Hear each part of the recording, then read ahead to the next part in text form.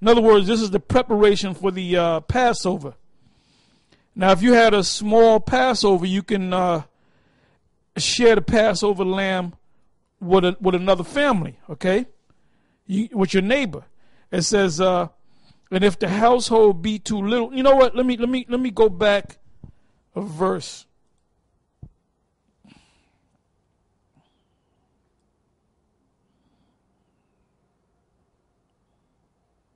Okay, I'm gonna start at the 3rd verse. It says, "Speak ye unto all the congregation of Israel, saying, in the 10th day of this month they shall take to them every man a lamb according to the house of their fathers." Now, what's in your house? Your wife and your children. A lamb for an house. 4th verse.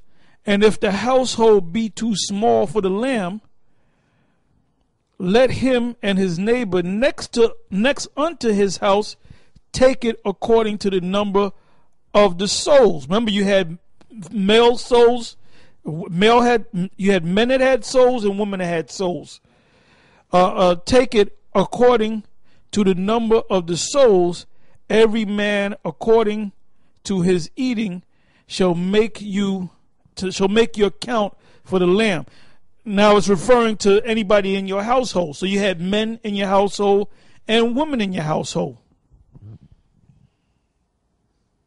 That's right. Yeah, that's right. No, that's right. So, bottom line is this guy, he just set up as a stumbling block and as a demon, to pull away those that the Lord don't want. But I mean, if you're just that weak to have that clown, pull you away, then this really, this ain't meant for you. You have something else to go on? Yeah, I got a scripture. It's the book of 1 Samuel 1 and 9. It's talking about Samuel's mother, Hannah. It says, "So Hannah rose up." Now she was grieved that she couldn't have children, and she wanted a son. That's why when she finally had her son, named him Samuel, the word Samuel means Shem Ya'ala, name of the power. Okay? It says, "So Hannah rose up after they had eaten in Shiloh, and after they had drunk.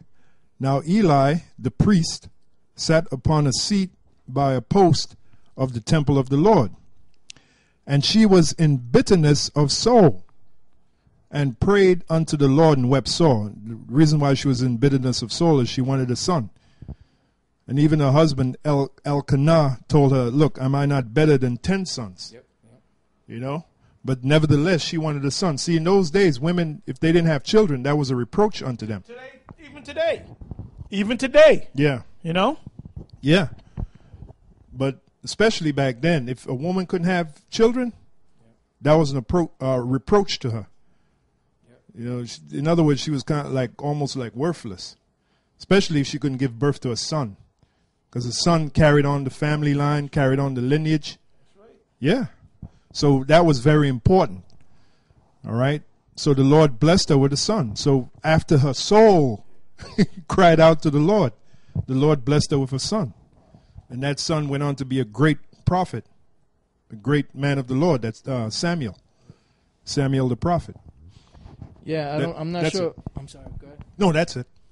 I'm not sure. Oh, yeah, it was. I believe it was John the Baptist's mother, Elizabeth. She was up. She wasn't that old, but she couldn't have. She was barren. She was up in age, but she was barren. And then when the Lord blessed her womb to be open, it said that matter of fact, I'll read it real quick. Luke 1:25.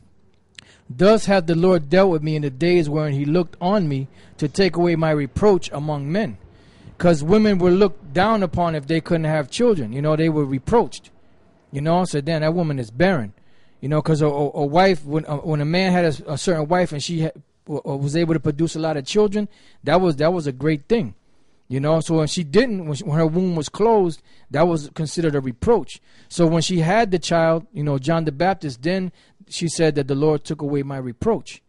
Yeah, so, see, there's a lot of things today that are different. That, what's funny today is that you have these women that get pregnant all the time, and then they start having abortions, killing off those babies. Or they tie their tubes. Yep. Which is wickedness indeed, But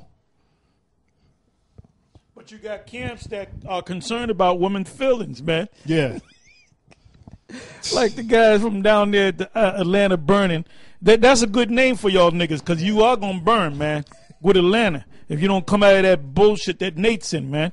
And there's this other Jake with his family. They did a video, and they called it something, Israel, what is it? Israel United in Confusion. And the guy was cutting the hell out of Nate because he wasn't pushing that name. Now, mind you, the guy got the name wrong. I think he says Yahuwah or Yeshua or whatever.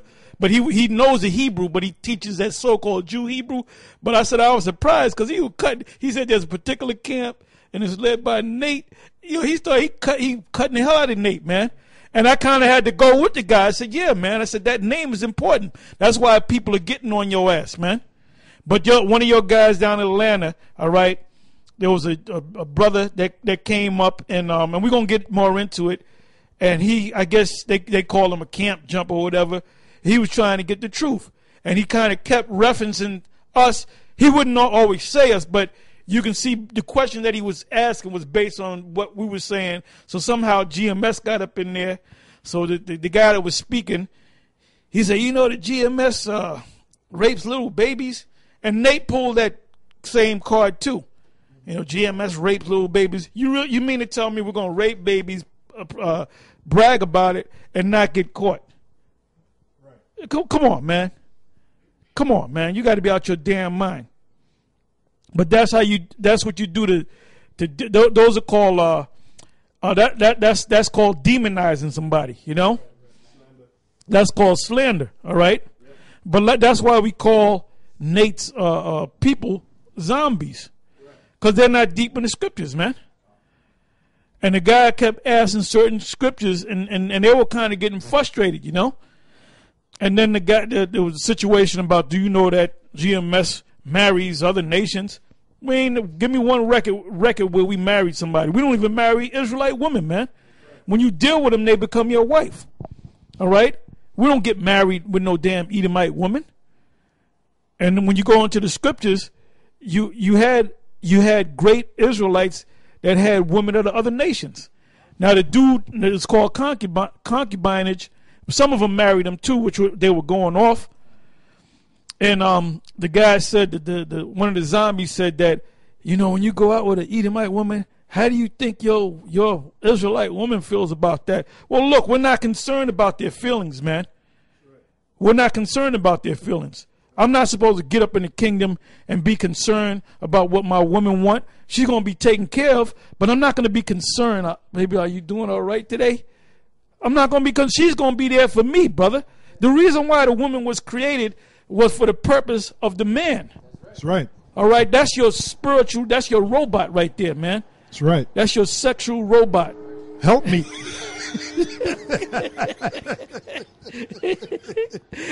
That's it. He's sexual robot. Help me. You heard of sexual chocolate? Yep. Oh, we're going to have sex. and I said that, now you're laughing, right? The apostles are laughing.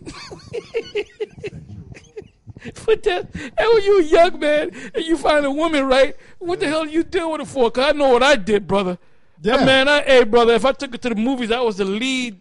That was the lead towards getting sex later that night, brother. Yeah, to the bedroom. So she was a sexual robot, man. Yeah. And I used to actually treat women like sexual robots, man. That's right. I would go pop them, go to work, do what I had to do, come back, pop them again, man. And I might spoon with them if I feel like it, Right. So they were sexual robots, man. That's it. Yeah, man, that's their purpose. Tells you in Genesis 3:15, it says, help me. That's right. So after pleasure, right, they're supposed to help. That's right. Yeah, help with that meat. Yeah, help with that meat. They're supposed to help the man. They're supposed to, if the man has a house, they're supposed to take care of the house. Back then, they were supposed to water the animals. Case in point, Jacob's wife, before she became his wife, Rebecca. She lighted off her camel, and she watered Jacob's the livestock that Jacob had. She watered them. That was a sign of showing Jacob, her future husband, she's an industrious woman. She's not a lazy woman, you know. But anyway, I wanted to say something on the slander, because that's what that is, man. Saying that we rape babies. And there's certain of you out there that actually believe that bullshit. You know, it shows you how.